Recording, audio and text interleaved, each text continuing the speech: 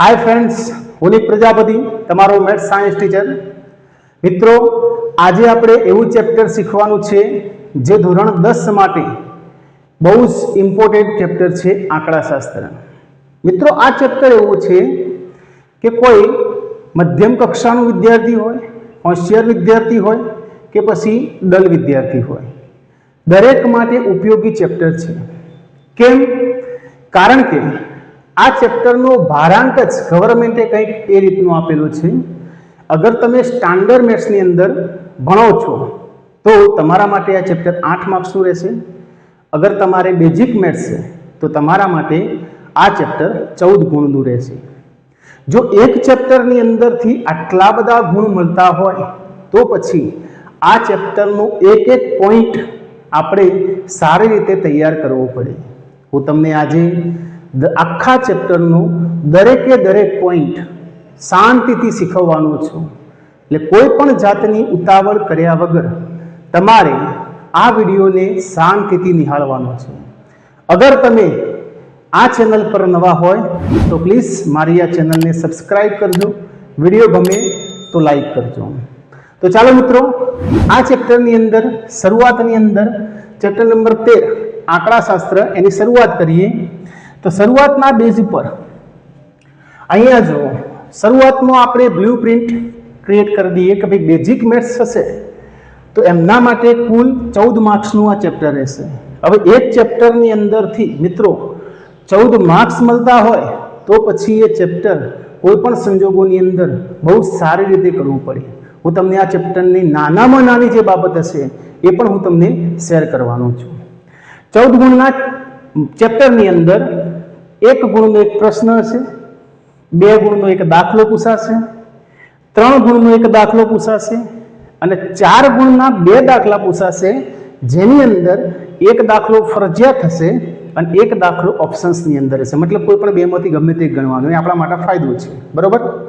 તો basic maths વાળા વિદ્યાર્થીઓ માટે આ ક્રાઇટેરિયા રહેશે, જ્યારે સ્ટાન્ડર્ડ મેથ્સ વાળા વિદ્યાર્થીઓ માટેનો ક્રાઇટેરિયા કુલ ગુણ 8, એમાં 1 ગુણના 3 પ્રશ્નો હશે।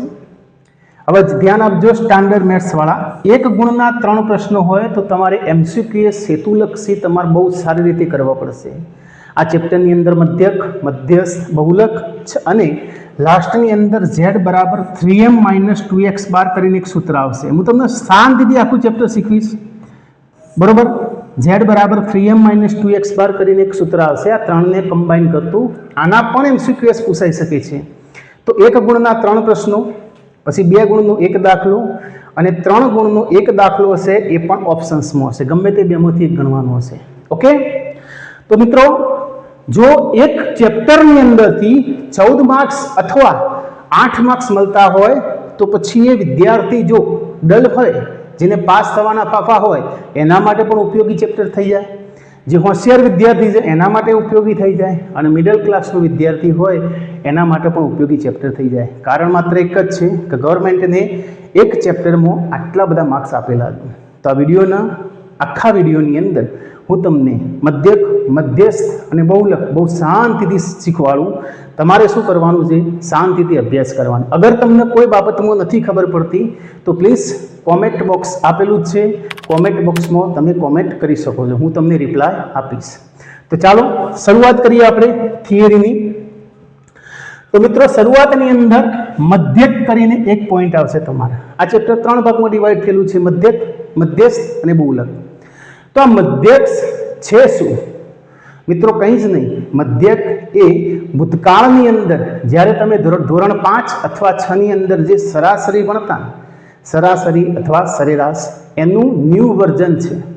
મતલબ ત્યાં આગળ તમે સરાસરીની અંદર શું કરતા, અહીંયા આ ચેપ્ટરની અંદર તમારે કોઈ જ ઉતાવળ કરવાની જરૂર નથી। હું તમને શાંતિથી બધું ચેપ્ટર શીખવું, ધ્યાન આપજો ખાસ। મધ્યક વસ્તુ શું છે? તો તમે ધોરણ 5, 6 અને 7 ની અંદર જે સરેરાશ શોધતા, એ કઈ રીતે શોધતા?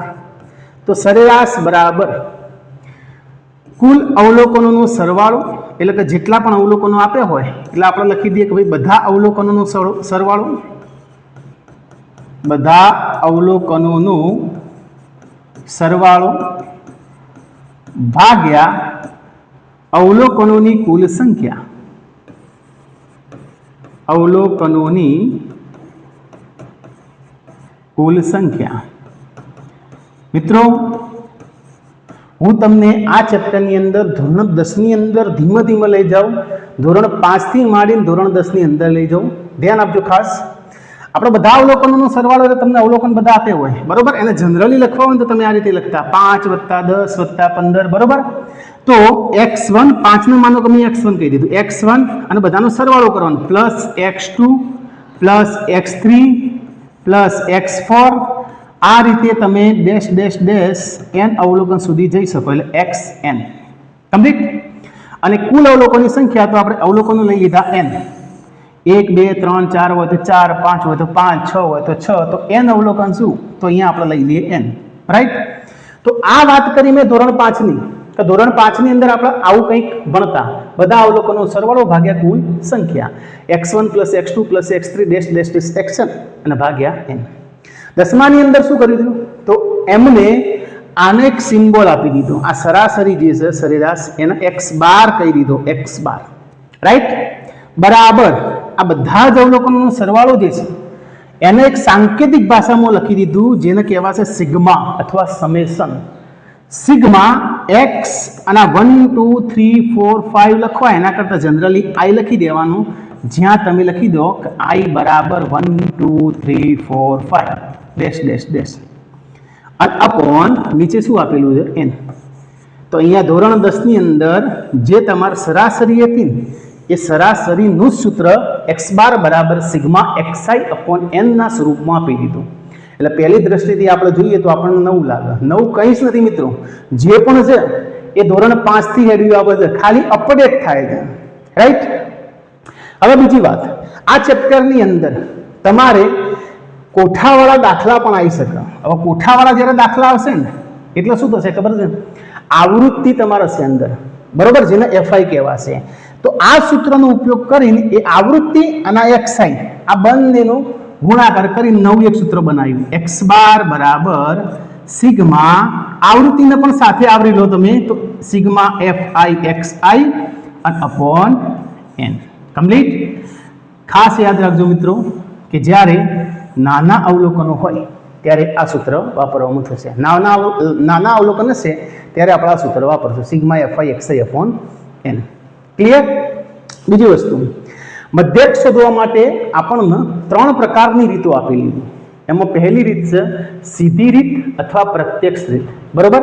તો આ જે સૂત્ર છે એ સીધી રીત અથવા પ્રત્યક્ષ રીતનું છે. તમારે પહેલું આ સૂત્ર નોટ ડાઉન કરી દેવાનું. અગર જો તમે વિડીયો જોતા હોય સાથે સાથે લખતા હોય તો આ બધા ડેટા તમારે લખી દેવાના. x બાર બરાબર sigma FI xi upon n. બીજી વસ્તુ, ચોપડીની અંદર બહુ લેન્ધી થિયરી આપેલી છે, જે વિદ્યાર્થી વાંચવા બેસે તો કંટાળાજનક હોય. એ જ થિયરીને મેં મારી સરળ ભાષાની અંદર રજૂઆત કરી દીધી. ધ્યાન આપજો. આટલા ડેટા તમારે યાદ રાખવાના કે મધ્યક શોધવા માટે વર્ગ લંબાઈ, અહીંયા શું લખ્યું છે? વર્ગ લંબાઈ. મિત્રો વર્ગ લંબાઈ કોને કહેવાય?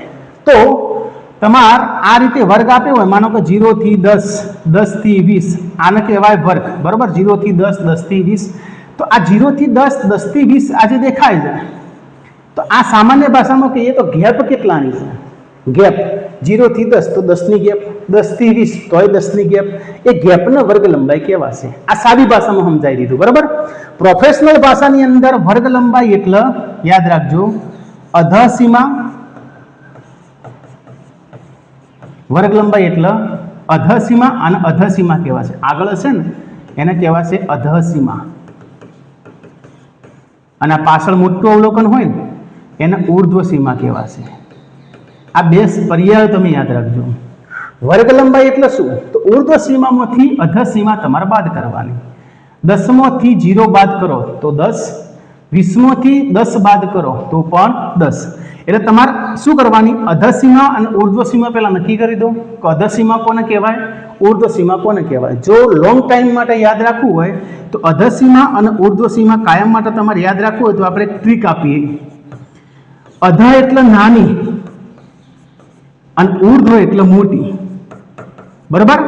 અધ સીમા, સીમાનું ઊંધું કરી દો તો માસી, નાની માસી, અને ઉર્ધ્વ સીમા એટલે કે મોટી સીમા, સીમાનું ઊંધું કરી દો તો માસી.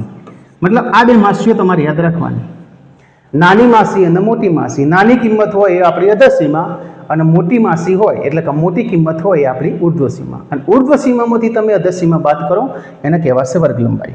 તો જોઈએ, મધ્યક શોધવા માટે વર્ગ લંબાઈ સતત હોય તે જરૂરી નથી. અહીંયા શું લખ્યું છે?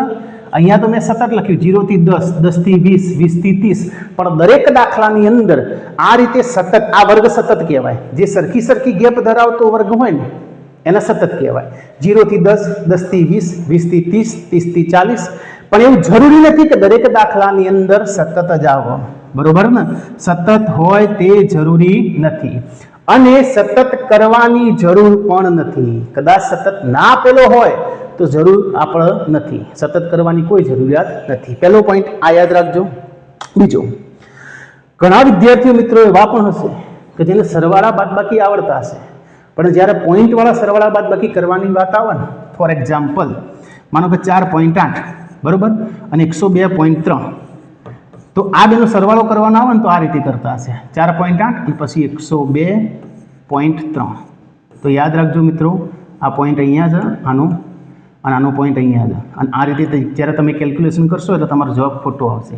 એટલા માટે આ મુદ્દો મેં લખ્યો છે કે પોઈન્ટવાળી સંખ્યાઓનો સરવાળો કે બાદબાકી કરવાનો હોય તો પોઈન્ટની નીચે પોઈન્ટ આવે એવી ગોઠવણી કરીને ગણતરી કરવી. મતલબ 12.8 હોય અને 4.7 હોય તો 4.7 આ રીતે ના લખતા, એક પોઈન્ટ અહીંયા છે અને એક પોઈન્ટ અહીંયા છે, બલકી 4.8 અહીંયા લખવાનું. પોઈન્ટના નીચે પોઈન્ટ આવે એ પણ તમારે ધ્યાનમાં રાખવાનું. મિત્રો મેં નાની નાની બાબતો પર ફોકસ કરીને આ બધા મુદ્દા બનાવેલા છે, એટલે તમારે પણ બહુ એકદમ વીક લાગતી બાબત હોય ને એ પણ તમારા માટે બહુ ઘાતક સાબિત થાય. એટલે આ બધી બાબતો તમારે ધ્યાનમાં રાખવી પડશે કે પોઈન્ટવાળી સંખ્યાના સરવાળા કે બાદબાકી કરતી વખતે પોઈન્ટની નીચે પોઈન્ટ આવે એવી ગોઠવણી કરીને પછી ગણતરી કરવાની. એટલે આ પોઈન્ટ જ્યાં હોય એના નીચે પહેલા પોઈન્ટ મૂકવાનો, એના આગળ જેટલા અંક હોય લખવાના, પછી પાછળ જેટલા અંક હોય એ લખવાના, પછી સરવાળો તો તમને આવડે જ છે, રાઈટ? ત્રીજો પોઈન્ટ, મધ્યક આપેલ દરેક સંખ્યાની સરેરાશ, સરાસરી અથવા એવરેજ દર્શાવે છે. તો મધ્યકનો મતલબ શું થાય? તો મધ્યકનો મતલબ સરેરાશ થાય, સરાસરી થાય અથવા એવરેજ થાય. ક્લિયર? તો આ સ્લાઇડ ઉપર આપણે સીધી રીત અથવા પ્રત્યક્ષ રીતનું એક સૂત્ર યાદ રાખશું, બાકીના પોઈન્ટો યાદ રાખશું. ઓકે, નેક્સ્ટ સ્લાઇડની અંદર જોઈ લઈએ ધારેલા મધ્યકની રીત માટે યાદ રાખવાની બાબતો. હવે બીજી રીત, મધ્યક શોધવાની 3 રીતો મુખ્યત્વે, એમાં બીજી રીત ધારેલા મધ્યકની રીત. તો આગળના સૂત્રની અંદર કેવું હતું મને યાદ કરાવો તો, x બાર બરાબર sigma fi xi upon n, બરાબર? આ n ને મિત્રો સિગ્મા xi પણ કહેવાય. n બરાબર તમારે બીજું નામ લખવું હોય તો એને સિગ્મા xi પણ કહેવાશે. ઓકે, ધારેલા મધ્યકની અંદર આ લોકોએ શું કર્યું, જેમ જેમ અવલોકનોની સંખ્યા વધી, આવૃત્તિ વધતી હોય ત્યારે તમારે કોઈ વસ્તુ ધારવી પડશે એવું એ કહીશું. અને એમ ગણિતનો નિયમ છે કે જેટલું તમે ધારો, જેટલું તમે ઉમેરો એટલું તમારે સાથે સાથે બાદ કરવું પડે. ઓકે, તો અહીંયા જ્યારે અવલોકનોની સંખ્યા વધી, મોટા અવલોકનો થયા, તો પછી એ તરીકે કોઈ સંખ્યાને તમે ધારી, મતલબ તમે એડ કરી સૂત્રની અંદર, બરોબર? હવે ગણિતનો નિયમ છે, સૂત્ર કોઈ નવું નથી મિત્રો, 5માના સૂત્રો 3 બરોબર ધ્યાન આપીને શીખી લેજો, બરોબર? તો એમને શું કર્યું, જે સૂત્ર પ્રોપર હતું સીધી રીતનું sigma fi xi upon n વાળું, બરોબર? એની અંદર જ્યારે અવલોકન મોટા થયા ત્યારે કોઈ જે અવલોકન આપેલા હોય એમાંથી ગમે તે એક સંખ્યાને તમે ધારી દીધું, બરોબર? એ તરીકે ધારી મતલબ તમે એટલું એડ કર્યું, a પ્લસ કરીને એડ કર્યું, રાઈટ? હવે ગણિતનો નિયમ તો તમે જાતે કંઈ ઉમેરી શકો નહીં. ઓકે, તો એટલું તમારે બાદ કરવું પડે.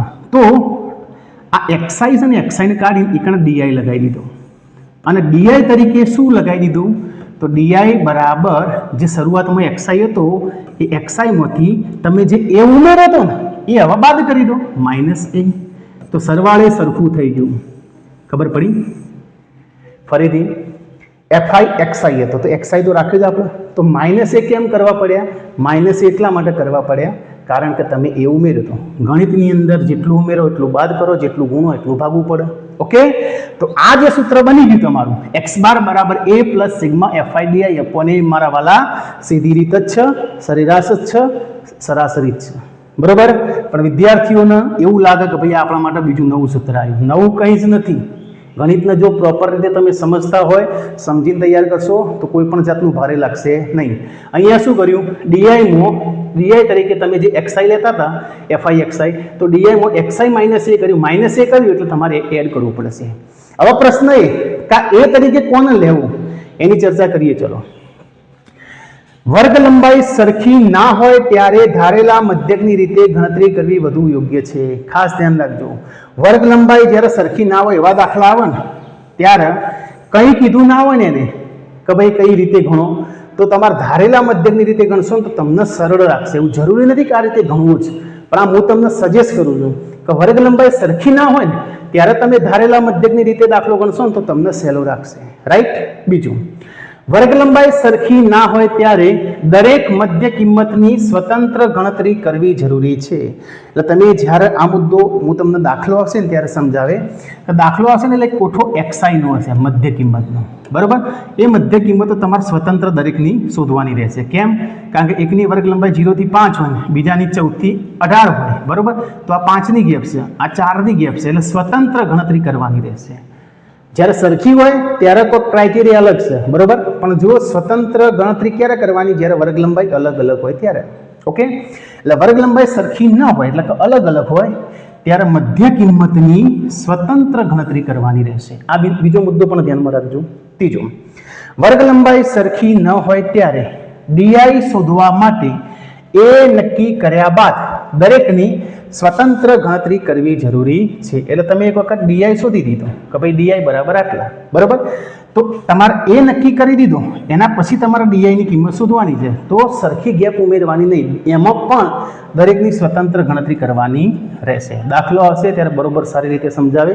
હાલ જસ્ટ મુદ્દા લખેલા છે, બરોબર. એટલે વિડીયોને સ્કીપ કરીને આગળ આવી ફરીથી પાછા તમે જોઈ શકો છો. ચલો, એના પછી એની પસંદગી માટે મધ્ય કિંમતમાં વચ્ચેની કિંમતને એ તરીકે ગણવી આવું જરૂરી નથી, પણ સહેલું પડે એટલા માટે, કાન ખોલી સાંભળી લેજો, જરૂરી નથી પણ સહેલું પડે એટલા માટે આપણે વચ્ચેની કિંમતને એ તરીકે ગણીએ. પરંતુ જો બેકી સંખ્યામાં અવલોકનો આપેલા હોય તો વચ્ચેની બે કિંમતોમાંથી ગમે તેને એ તરીકે લઈ શકાય. માનો કે મને આ રીતે અવલોકનો આપેલા છે, બરોબર. 8, 7, 5, 4, 3 કેટલા અવલોકનો આપેલા છે? 1, 2, 3, 4, 5. તો એમાં વચ્ચેનાને એ કહી દેવાનું. આ છેલ્લો મુદ્દો આવું કહેવા માંગે છે, વચ્ચેનાને શું કહી દેવાનું? એ, બરોબર. એની પસંદગી માટે મધ્ય કિંમતમાં વચ્ચેની કિંમતને એ તરીકે ગણે. પરંતુ જો બેકી સંખ્યામાં અવલોકન આપ્યા હોય તો મતલબ 8, 7, 5, 4, 3 અને જે એક આપ્યું હોય અવલોકન 2, તો વચ્ચે કોણ આવે? તો અહીંયાથી 2, 8, 7, અહીંયાથી 2, 2, 3, તો વચ્ચે 5 આવે ને 4 આવે. એમાંથી ગમે તેને તમે એ ધારી શકો, ગમે તેને એ ધારી શકો, બરોબર. વચ્ચે આવે બેકી સંખ્યામાં અવલોકનો આવેલા હોય તો વચ્ચેની બે કિંમતોમાંથી ગમે તેને એ તરીકે લઈ શકાય. ઓકે, તો ધારેલા મધ્યકની રીતે તમારે એક આ સૂત્ર યાદ રાખવાનું રહેશે. x બાર બરાબર a plus sigma fi di upon n. કઈ રીતે આવ્યું મેં તમને બહુ ડિટેલમાં કહી દીધું. આમાં કોઈ નવું સૂત્ર નથી, એ તમે ઉમેર્યા એટલા ને એટલા અહીંયા બાદ કરી દીધા, એટલે સરવાળે બધું હરખું થઈ ગયું. અને આટલા મુદ્દા તમારા માઇન્ડની અંદર સેટઅપ રાખવાના. ઓકે, જેમ આગળ દાખલા આવશે તમે દાખલો ગણશો, રિવાઇઝ કરશો, 2 વાર 3 વાર વિડીયો જોશો એટલે ક્લિયર થઈ જશે, કમ્પ્લીટ. આ બીજી રીત થઈ ગઈ, ધારેલા મધ્યકની રીત. ચલો, હવે ત્રીજી રીત, પદ વિચલનની રીત.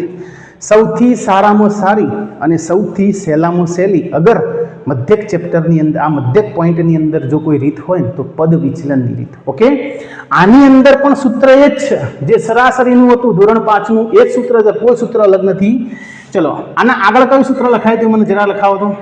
x બાર બરાબર, તમે આવું સૂત્ર લખ્યું હતું, x બાર બરાબર a plus sigma fi di upon n.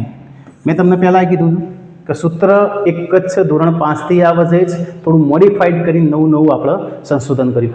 અગર અવલોકનની સંખ્યા બહુ વિશાળ થઈ જાય, અવલોકનની સંખ્યા બહુ મોટા અવલોકન થઈ જાય, 500 થી 600 ને 1000 ને 2000 ને 2500 ને 3000, ત્યારે આ રીત વાપરવી વધુ યોગ્ય છે. ચલો, આની અંદર પણ શું છે તો આની અંદર જોજો ખાસ, આમાં શું મોડિફાઈડ કર્યું તો આગળનું જે સૂત્ર હતું એની અંદર આ ડીઆઈ જે છે ને એ સિમ્બોલ કાઢી દીધું અને તમારે યુઆઈ લીધું.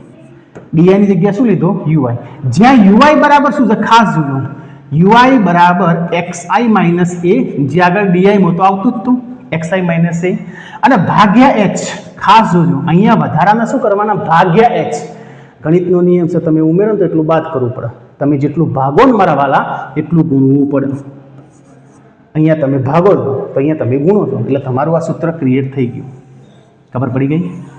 અહીંયા કેમ ગુણ્યા h આયા, કારણ કે યુઆઈ ની અંદર ભાગ્યા h છે.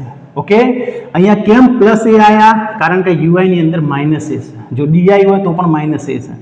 પ્રોપર સૂત્ર તો માત્ર આટલું જ છે, x બાર બરાબર sigma fi xi upon n, પણ એને મોડિફાઈડ કરીને ત્રીજું સૂત્ર બનાવી દીધું, x બાર બરાબર a plus sigma fi ui upon n ગુણ્યા h. ક્લિયર? તો તમને ખ્યાલ હોવો જોઈએ કેમ h આયા, કેમ a આવ્યો, આ પ્લસ a એટલા માટે આવ્યો કે આની અંદર માઇનસ a છે, આ ગુણ્યા h એટલા આયા, આની અંદર ભાગ્યા h. ક્લિયર? ચલો હવે h ને કહેવાશે વર્ગ લંબાઈ, h ને શું કહેવાશે વર્ગ લંબાઈ, અને xi ને કહેવાશે મધ્ય કિંમત. હવે xi જે છે એ xi તમારે કઈ રીતે લાવવાનું રહેશે તો એ પણ હું તમને કહી દઉં. તમારા દાખલાની અંદર મધ્ય કિંમત આ રીતે લાવવાનું, અધઃ સીમા પ્લસ ઉર્ધ્વ સીમા, નાની માસી મોટી માસી ભાગ્યા 2. કમ્પ્લીટ? મધ્ય કિંમત આ રીતે લાવવાની રહેશે, અધઃ સીમા વત્તા ઉર્ધ્વ સીમા ભાગ્યા 2, એ રીતે તમારે xi નું અવલોકન મળી જશે. કમ્પ્લીટ? તો ત્રીજું આ સૂત્ર તમારે યાદ રાખવાનું. હવે આની અંદર પણ ડેટા જોઈ લઈએ આપણે. કોઈ રીતનો ઉલ્લેખ ના કર્યો હોય ને ત્યારે પદ વિચલનની રીતનો ઉપયોગ કરવો આવું જરૂરી નથી. આમ હું તમને જસ્ટ સલાહ આપું છું કે કોઈ રીતનો ઉલ્લેખ ના કર્યો હોય ને ત્યારે પદ વિચલનની રીતનો તમે ઉલ્લેખ વાપરી દેશો ને પદ વિચલનની રીત, તો તમારે એકદમ સહેલું પડશે. કેમ? જ્યારે દાખલો આવશે ત્યારે હું તમને બતાવ્યું, કોઈ જાતની ગણતરી કરવાની નથી. અહીંયા ભલે આવડું મોટું તમારું સૂત્ર લખ્યું યુઆઈ બરાબર xi માઇનસ a ભાગ્યા h, પણ તમારે તો માત્ર જ્યાં એ ધારે હોય ત્યાં 0 લેવાનું, 0 થી ઉપર -1 -2 -3, નીચે +1 +2 +3 રીતે હેડવાનું, કોઈ ગણતરી કરવાની જરૂર નથી એટલા માટે. ચલો બીજું, જો વર્ગ લંબાઈ સમાન હોય તો દરેક વર્ગની મધ્ય કિંમત શોધવાની જરૂર નથી. અહીંયા શું લખ્યું છે? નથી. આમાં પણ જો વર્ગ લંબાઈ તમારે સમાન આવી જશે તો તમે એકવાર વર્ગ લંબાઈ સુધી માનો કે 5 આવી તો પછી ગેપ જેટલાની પડતી હોય, માનો કે 0 થી 5, બરોબર, એની વર્ગ લંબાઈ આવી માનો કે 7, બરોબર, તો 0 થી 5 પછી 5 થી 10 એટલે ગેપ કેટલાની છે? 5 5 ની.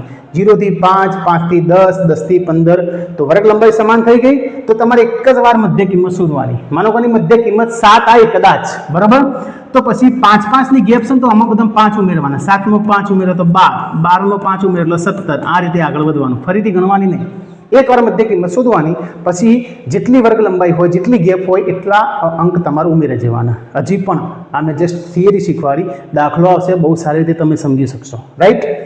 એના પછી લાસ્ટ, વર્ગ લંબાઈ સરખી હોય ત્યારે યુઆઈ શોધવા માટે એ નક્કી કર્યા બાદ એના યુઆઈ ને 0 લઈ ઉપર તરફ જતા -1 -2 -3 હમણાં ચર્ચા કરીએ પ્રમાણે, અને નીચે તરફ જતા +1 +2 +3, મતલબ તમે એક વખત એ ધારી દીધો, બરોબર, તો એના અવલોકન 0 લઈ લેવાનું, અને ઉપર જો એટલે -1 -2 -3, અને નીચે જો તો +1 +2 +3, આ રીતે આગળ વધવાની, કોઈ ગણતરી કરવાની રહેશે નહીં. ઓકે, તો આ વાત કરી દીધી આપણે પદ વિચલનની રીત માટે. આ ત્રીજી રીત.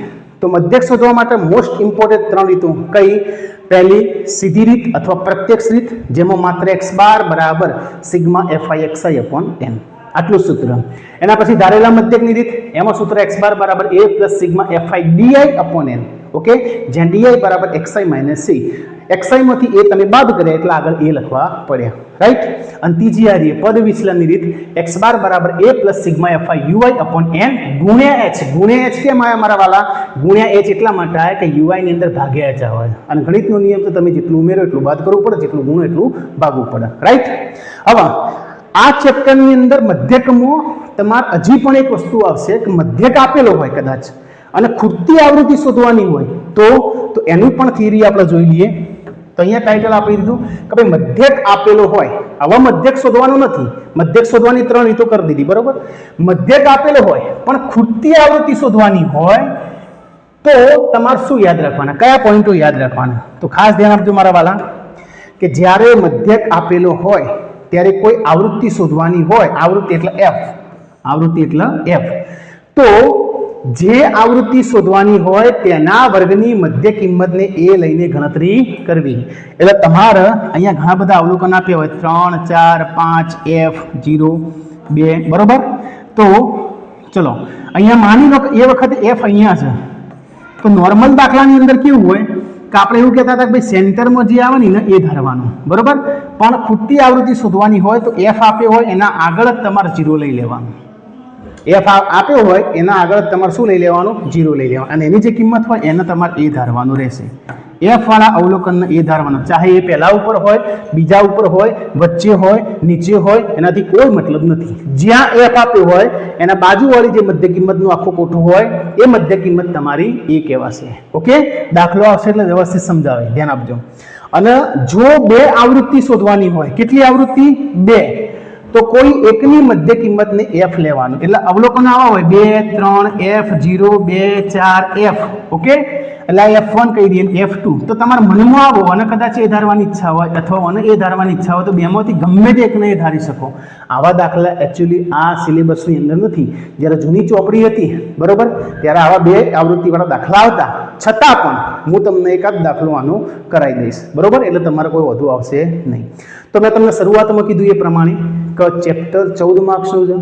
બેઝિક વાળો માટે પણ ઇમ્પોર્ટન્ટ, સ્ટાન્ડર્ડ વાળા માટે પણ ઇમ્પોર્ટન્ટ, મિડલ વાળા માટે પણ ઇમ્પોર્ટન્ટ, ડલ માટે ઇમ્પોર્ટન્ટ, અને હોશિયાર માટે ઇમ્પોર્ટન્ટ. એટલે કોઈ પણ બાબત રહી ન જાય એવો મેં પ્રયત્ન કરેલો છે. ઓકે, તો તમે પણ આ વિડીયોની જો કદાચ ખબર ના પડી હોય તો બીજી વાર જોજો, ત્રીજી વાર જોજો. તો આ મધ્યક માટેની જેટલી પણ પ્રોપર થિયરી હતી એ બધી મેં તમને થિયરી કમ્પ્લીટ કરાવી દીધી. હવે આપણે જઈએ એના સ્વાધ્યાયની અંદર. શરૂઆતની અંદર હું સ્વાધ્યાયના બધા દાખલા ગણાવી, બધું આખા ચેપ્ટરના બધા દાખલા હું ગણાવી દઈ. તો શરૂઆત આપણે સ્વાધ્યાયના પહેલા દાખલાથી કરી દઈએ. બધા એક વખત સ્વાધ્યાયના દાખલા પૂરા થઈ જાય એના પછી આપણે ઉદાહરણના દાખલા લેશું. તો નવી સ્લાઇડ ઉપર કેવું છે જુઓ, એ અહીંયા સ્વાધ્યાય 13.1 બરોબર. તો એની રકમ હું વાંચી લઉં, ધ્યાન આપજો ખાસ. વિદ્યાર્થીઓના એક સમૂહ દ્વારા તેમના પર્યાવરણ જાગૃતિ કાર્યક્રમના ભાગરૂપે એક સર્વેક્ષણ હાથ ધરવામાં આવ્યું. તેમાં તેમને એક વિસ્તારના 20 ઘરોમાં વનસ્પતિના છોડની સંખ્યા વિશે નીચેની માહિતી એકઠી કરી અને ઘર દીઠ છોડની સંખ્યાનું મધ્યક શોધવાનું કીધું છે. અહીંયા શું શોધવાનું કીધું છે? મધ્યક. ઓકે, આપણને શું શોધવાનું કીધું છે? મધ્યક. કમ્પ્લીટ. તો મનમાં પ્રશ્ન થાય કે મધ્યક શોધવા માટે મારે કઈ રીતનો ઉપયોગ કરો? તો અવલોકન જોઈ લઈએ આપણે, નાના શું મોટાનું. તો છોડની સંખ્યા આપી 0 થી 2, 2 થી 4, 4 થી 6, 6 થી 8, 8 થી 10, 10 થી 12, 12 થી 14. અને ઘરોની સંખ્યા આપી છે 1, 2, 1, 5, 6, 2 અને 3. મધ્યક શોધવા માટે કઈ રીતનો ઉપયોગ કરશું અને શા માટે? આ પ્રશ્નનો જવાબ પણ આપવાનો છે આપણે. શા માટે? ઓકે, કઈ રીતનો ઉપયોગ કરશો અને શા માટે? રાઈટ. ચલો, તો અવલોકનો જુઓ તમે કેવા આપે, 1, 2, 1, 5, 6, 2, 3. મતલબ મીન્સ કે નાના અવલોકનો. અને મારા વાળા નાના અવલોકનો હોય ને એટલે પહેલું સૂત્ર આવે કયું? પ્રત્યક્ષ રીત અથવા સીધી રીત, sigma fi upon n. Okay, તો તમારે શું કરવાનું? આ જે આ પ્રમાણે આડો કોઠો આપ્યો હોય ને એને ઊભા કોઠામાં કન્વર્ટ કરી દેવાનું, જે મેં પહેલાથી ઓલરેડી રાખેલું જ છે. હું દરેક દાખલાની અંદર આવી રીતે પહેલા કોઠા રાખી એટલે સમયનો બચાવ થાય બરોબર, વિડીયો બહુ લોબો ના થાય. તો છોડની સંખ્યા, તો છોડની સંખ્યા લખી દીધી 0 થી 2, 2 થી 4, 4 થી 6, 6 થી 8, 8 થી 10, 10 થી 12, 12 થી 14. ઓકે, પછી ઘરોની સંખ્યા જેને fi કહેવાશે, આવૃત્તિ કહેવાશે, એ આપી છે કેવી? જો આવૃત્તિની સંખ્યા જો એકદમ નાની છે, 1, 2, 1, 5, 6, 2 અને 3. ઓકે, ટોટલ કેટલા? તો અહીંયા તમારે સૌથી પહેલા અહીંયા ટોટલ કરી દેવાનું. ચલો, અહીંયા આપણે ટોટલ કરી દઈએ. આ n કહેવાશે અથવા સિગ્મા xi કહેવાશે. આ બધાનું ટોટલ કરો અથવા તમારા ઉપર રકમમાં આપી 20 ઘરોમાં આવું લખેલું છે જુઓ, 20 ઘરોમાં. તો ડાયરેક્ટ 20 કરવા લખવા હોય તો 20 લખી દો. તમારા મનની તસલ્લી માટે તમે સરવાળો કરી શકો. 3 ને 2 5, 5 ને 6 11, 11 ને 6 16, 16 ને 1 17, 17 ને 2 19, 19 ને 1 20 થઈ ગયા. અથવા ઉપર આપેલો હોય એવો તમે લખી દો તો ચાલે. ચલો, એના પછી મધ્ય કિંમત, ત્રીજો કોઠો મધ્ય કિંમત xi. અહીંયા તમારે બે માસીઓ આવશે. મેં તમને શરૂઆતમાં વાત કરી એ પ્રમાણે મધ્ય કિંમત બરાબર, તમારે મધ્ય કિંમત શોધવી હોય તો બે માસીનો સરવાળો ભાગ્યા 2. મતલબ અધસીમા, પ્રોફેશનલ રીતે લખો તો આ રીતે લખાશે, અધસીમા વત્તા ઉર્ધ્વસીમા ભાગ્યા 2. અધસીમા વત્તા ઉર્ધ્વસીમા ભાગ્યા 2. તો પહેલાની વાત કરો, અહીંયા કયું અવલોકન આવે? તો એની અધસીમા છે 0 પ્લસ ઉર્ધ્વસીમા કહેવાશે 2 અને ભાગ્યા 2. અને 0 વત્તા 2 એટલે 2 થાય, ભાગ્યા 2, 2 2 ઉડી જાય એટલે આવી ગયો 1. ઓકે, આવું બધું કંઈ કરવાની જરૂર નથી. આ તો જસ્ટ પહેલો દાખલો જેટલા માટે તમને ડિટેલમાં કહું છું. તમારે અહીંયાથી હવામાં ગણતરી કરવાની. 0 + 2 એટલે 2. 2 માંથી 2 ને 2 વડે ભાગો એટલે જવાબ આવશે 1. કમ્પ્લીટ. ચલો, વર્ગ કેવો છે? સતત. 0 થી 2, 2 થી 4, 4 થી 6. થોડો ઉભો પટ્ટો જોવો ને તો પણ ચાલે. 0, 2, 4, 6, 8, 10, 12. બરોબર. તો સતત વર્ગ છે એટલે આપણે એક મુદ્દો આગળ કીધું હતું કે સતત વર્ગ હોય તો દરેકની મધ્ય કિંમત શોધવાની જરૂર નથી. તમે આગળ જઈને જોઈ શકો. બરોબર. અહીંયા તમને બતાવી દઉં. ચલો, એ આગળ આપણે એક મુદ્દો આવો લખ્યો હતો કે સતત વર્ગ હોય ને, વર્ગ લંબાઈ જો અહીંયા લખ્યો હતો, જો વર્ગ લંબાઈ સમાન હોય તો દરેક વર્ગની મધ્ય કિંમત શોધવાની જરૂર નથી. એનો મતલબ શું થાય? એક વખત તમે મધ્ય કિંમત શોધી પછી તમારે જેટલી ગેપ હોય એટલું તમારું ઉમેરવાનું. તો ગેપ કેટલાની છે? તો 0 થી 2, પછી 2 થી 4, 2 થી 4, 4 થી 6, 6 થી 8, 8 થી 10, મતલબ 2 2 ની ગેપ છે. આ તમારે કોઈ કામમાં નહીં આવે. h બરાબર 2 પણ વર્ગ લંબાઈમાં સપોર્ટ કરશે. ઓકે, તો 2 2 ઉમેરવાના. તો 1 માં 2 ઉમેરો તો કેટલા થાય? 3. 3 માં 2 ઉમેરો તો કેટલા થાય? 5. કદાચ કોઈનું મનમાં ડાઉટ હોય તો સરવાળો કરીને લાવો. ચલો, 6 ને 8 કેટલા થાય? 14. 14 ના અડધા 7. એવી રીતના 8 ને 10 18. 18 ના અડધા, અડધા એટલે મતલબ ભાગ્યા 2 તો કેટલા થાય? 9. એવી રીતના 10 ને 12 22. 22 ના અડધા કેટલા થાય? 11. અને આ રીતે કરો તો એ ચાલે. સમાન છે એટલા માટે કોઈ ચિંતા જ નથી. 2 2 ઉમેરો. 1 ને 2 3, 3 ને 2 5, 5 ને 2 7, 7 ને 2 9, 9 ને 2 11, 11 ને 2 13. કમ્પ્લીટ. તો આ તમારા મધ્ય કિંમતનો કોઠો થઈ ગયો. કમ્પ્લીટ. ચોથો કોઠો અહીંયા શું લખ્યું છે? fi. fi મતલબ આ બીજા નંબરનો આખું જે થોભલો આપ્યો અને xi એટલા ત્રીજા નંબરનો જે થોભલો આપ્યો. તો બીજા નંબરના અને ત્રીજા નંબરના થોભલાનો ગુણાકાર કીધો. fi * xi. તો એકડાવાળાને પણ આવડે. આ બેનો ગુણાકાર કરો. 1 * 1, 1 1 1, રાઈટ. ચલો, એ અહીંયા આપણે લખી દઈએ 1 * 1 એટલે 1. અહીંયા લખી દઈએ 2 તરી 6. અહીંયા લખી દઈએ 1 પંચું 5. ઓકે, અહીંયા લખીએ 5 સીતું 35. અહીંયા લખી દઈએ 6 9, 9 6 54. અહીંયા લખી દઈએ 11 2 22. અને અહીંયા લખી દઈએ 13 તરી 39. હવે ઘણા વિદ્યાર્થી મિત્રો શું કરશે ખબર છે? આટલું લખીને પછી ડાયરેક્ટ સૂત્રમાં જશે. અહીંયા તમારે આ બધાનો સરવાળો કરવાનો. અને સરવાળામાં કહેવાય સમેશન અથવા સિગ્મા. આ લખવાનું ભૂલવાનું નથી. આ બધાનો તમે સરવાળો કરશો એને કહેવાય છે સિગ્મા. કોનો સરવાળો? fi xi નો. તો સિગ્મા fi xi. બરોબર. આ બધાનો તમે સરવાળો કરો તો તમારો કેટલો જવાબ આવશે? તો ચલો જુઓ અહીંયા 9 9 ને 2 11 11 ને 4 15 15 ને 5 20 20 ને 5 25 25 ને 6 31 અને 32 32 નો બગડો વધી 3. રાઈટ. 3 ને 3 6 6 ને 5 11 12 13 14 15 ને 16 162 જવાબ આવશે. કેટલો જવાબ આવશે? 162.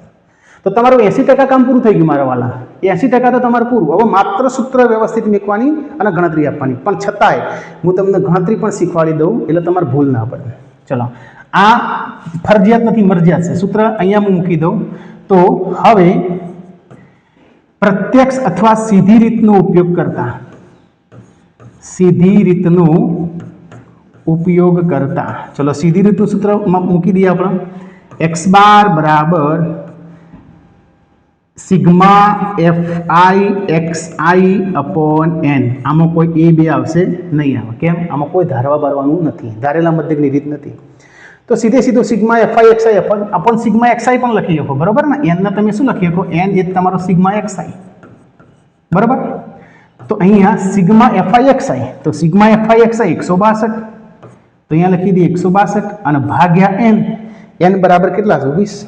ઓકે, તો તમારે ગણતરી થોડી ખવામાં કરવાની.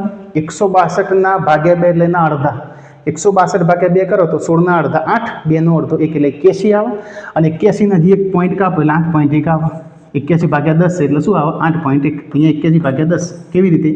162 ભાગ્યા 2 કરે એટલે 81 આવે. અને હજી 0 થી 10 અને 81 ભાગ્યા 10 કરો એટલે તમારો 8.1 જવાબ આવશે. આ તમારો ફાઇનલ જવાબ કહેવાશે. x બાર બરાબર 8.1. ઓકે, અહીંયા બીજો એક પ્રશ્ન પૂછ્યો કે શા માટે તમે આ રીતનો ઉપયોગ કર્યો? તો મેં તમને પહેલા પણ કીધું અવલોકનો કેવા છે? નાના અવલોકનો હોય તો પ્રત્યક્ષ રીતનો ઉપયોગ કર્યો. તો તમારે એ પણ કારણ લખવું પડશે કે તમે શા માટે આ રીતનો ઉપયોગ કર્યો અને કઈ રીતનો ઉપયોગ કર્યો. તો તમારે બે પ્રશ્નોના જવાબ લખવા પડશે.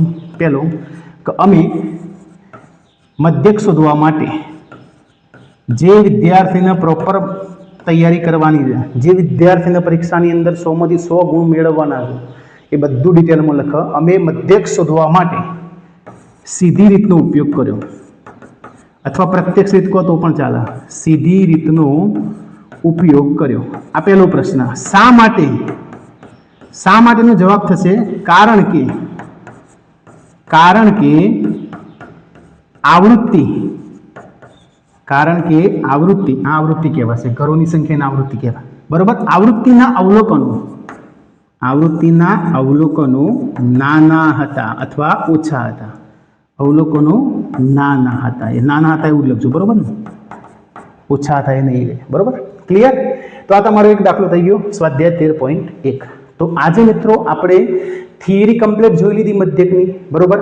અને સ્વાધ્યાય 13.1 નો એક દાખલો જોઈ લીધો. નવા વિડીયોની અંદર આપણે સ્વાધ્યાયના આગળના દાખલા જોઈશું. 2, 3, 4, 5, 6 આખા સ્વાધ્યાયના બધા દાખલા શાંતિથી જોઈ લેશું, સમજી લેશું. અગર વિડીયો તમને ગમ્યો હોય તો પ્લીઝ ચેનલને સબસ્ક્રાઈબ કરજો. વિડીયો ગમ્યો હોય તો લાઈક કરજો, શેર કરજો તમારા મિત્રો જોડે. જય હિન્દ.